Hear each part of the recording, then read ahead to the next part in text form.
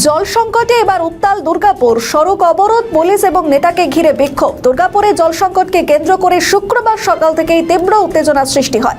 শহরের সাগরভাঙা মাঝের মোড়ে জলের দাবিতে রাজ্য সড়ক অবরোধ করে বিক্ষোভে সামিল হন স্থানীয় বাসিন্দারা। ফলে গুরুত্বপূর্ণ সড়কে যান চলাচল সম্পূর্ণভাবে ব্যাহত হয় এবং এলাকার চাঞ্চল্য সৃষ্টি হয়।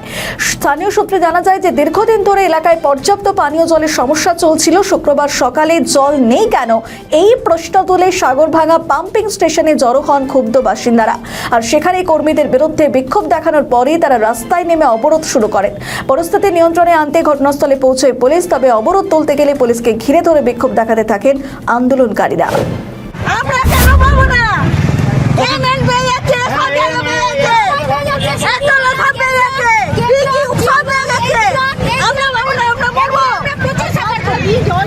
কতদিন ধরে জলে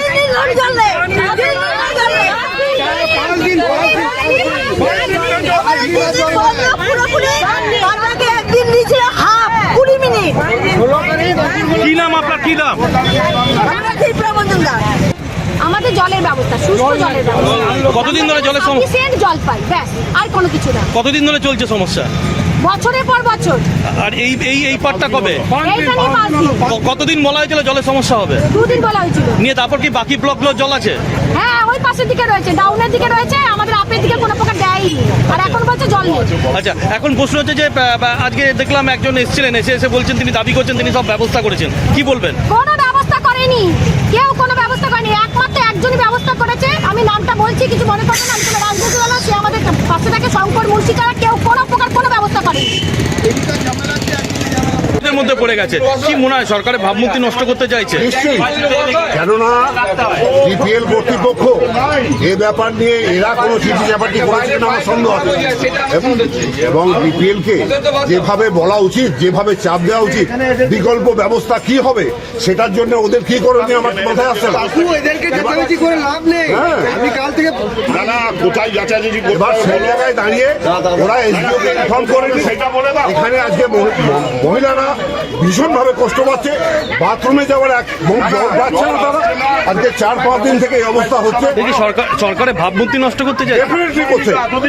এটা মানুষকে উত্তেজিত করে আমার চিফ মিনিস্টারকে মেলাইন করার জন্য এই কাজগুলো এরা করছে। যারা আধিকারিক এবং এরা সবাই জোট করে তৃণমূলের নেতামন্ত্রীরা বড়লোকদের জন্য আজকে সুইমিং পুলের উদ্বোধন করছে, সুইমিং পুল বানাতে ব্যস্ত আছে। কিন্তু সাধারণ মানুষ বিগত 1 মাস ধরে দুর্গাপুরের বুকে জলের জন্য হাহাকার করে মরছে। আজকে গ্রীষ্মকাল শুরুও হলো না, আর এদিকে এরকম জলের ক্রাইসিস। যদি একবেলা জল সঠিকভাবে দুর্গাপুরে হয়ে যায়, মানে বৃষ্টি পড়ে একবেলা, তাহলে সেক্ষেত্রে দুর্গাপুর জলে ভেসে যাচ্ছে। আর যদি গ্রীষ্মকাল যখন শুরুও হচ্ছে না, তার আগে থেকে এরকম জলের হাহাকার। আর তৃণমূলের পরিচালিত যে কর্পোরেশন, তারা নাকে তেল দিয়ে ঘুমাচ্ছে। আমরা বুঝতে পারছি না তৃণমূল কি করতে চাইছে। এদিকে আপনি সোশ্যাল মিডিয়াতে দেখুন, তৃণমূলের উন্নয়নের পাঁচালি চলছে, আর উন্নয়ন একদম ঘরের দুয়ারে দরকার হলে পৌঁছে দেবে দরকার হলে।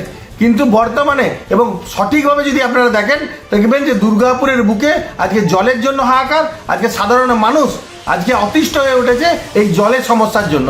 আমরা মনে করি আগামী ইলেকশনে এই তৃণমূলকে সাধারণ মানুষই জবাব দেবে। আমাদের ভিডিও ভালো লাগলে লাইক ও শেয়ার করুন, কমেন্ট সেকশনে আপনাদের মতামত জানান। আরও ভিডিও পেতে আমাদের চ্যানেলটিকে সাবস্ক্রাইব করুন এবং প্রতি মুহূর্তে খবরের আপডেট পেতে প্রেস করুন বেল আইকন।